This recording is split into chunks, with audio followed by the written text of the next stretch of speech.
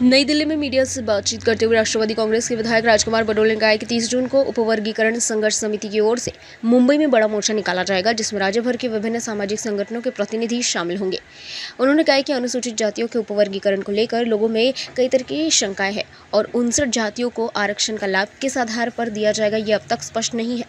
बडोले ने मांग की है कि अनंत बाजार समिति की रिपोर्ट और संबंधित आंकड़े पहले सार्वजनिक किए जाए। राष्ट्रवादी कांग्रेस के संभावित विलय पर उन्होंने कहा कि इस संबंध में अभी कोई स्पष्ट स्थिति नहीं है। वही सांसद संजय दीना पाटिल ने पत्रकारों पर दिए गए बयान को उन्होंने अनुचित बताते हुए कहा है कि पत्रकार लोकतंत्र का चौथा स्तंभ है। महार सत्याग्रह के 100 वर्ष पूरे होने पर आयोजित कार्यक्रमों की भी उन्होंने जानकारी दी।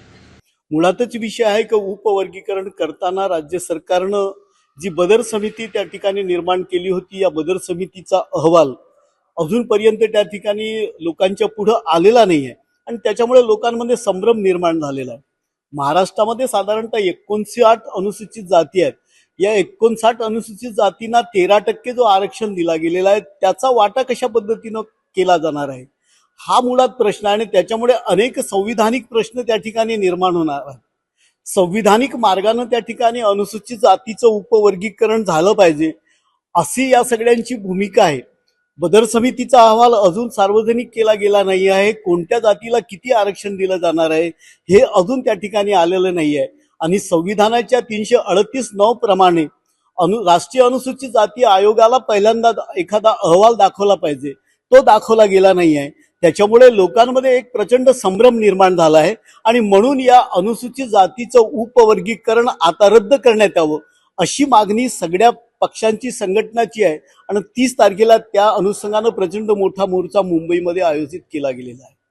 नाही, नक्की माझ्याकडे त्या बाबतीत काही माहिती नाहीये।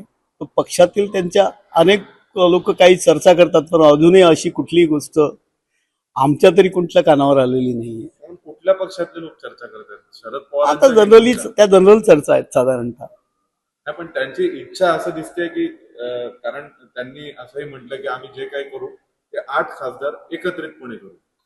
नाही, यावर आमची काही भाष्य करण्याचं काही नाहीये, धोरणच नाहीये। मला वाटते पत्रकार म्हटला की हा लोकशाहीचा चौथा स्तंभ आहे आणि त्यांच्याबाबत कोणीही अभद्र बोलणं हे काही योग्य नाही आहे। संजय दीना पाटलांनी जे काही बोललेलं ते काही योग्य नाही आहे, मला वाटते चुकीचं आहे।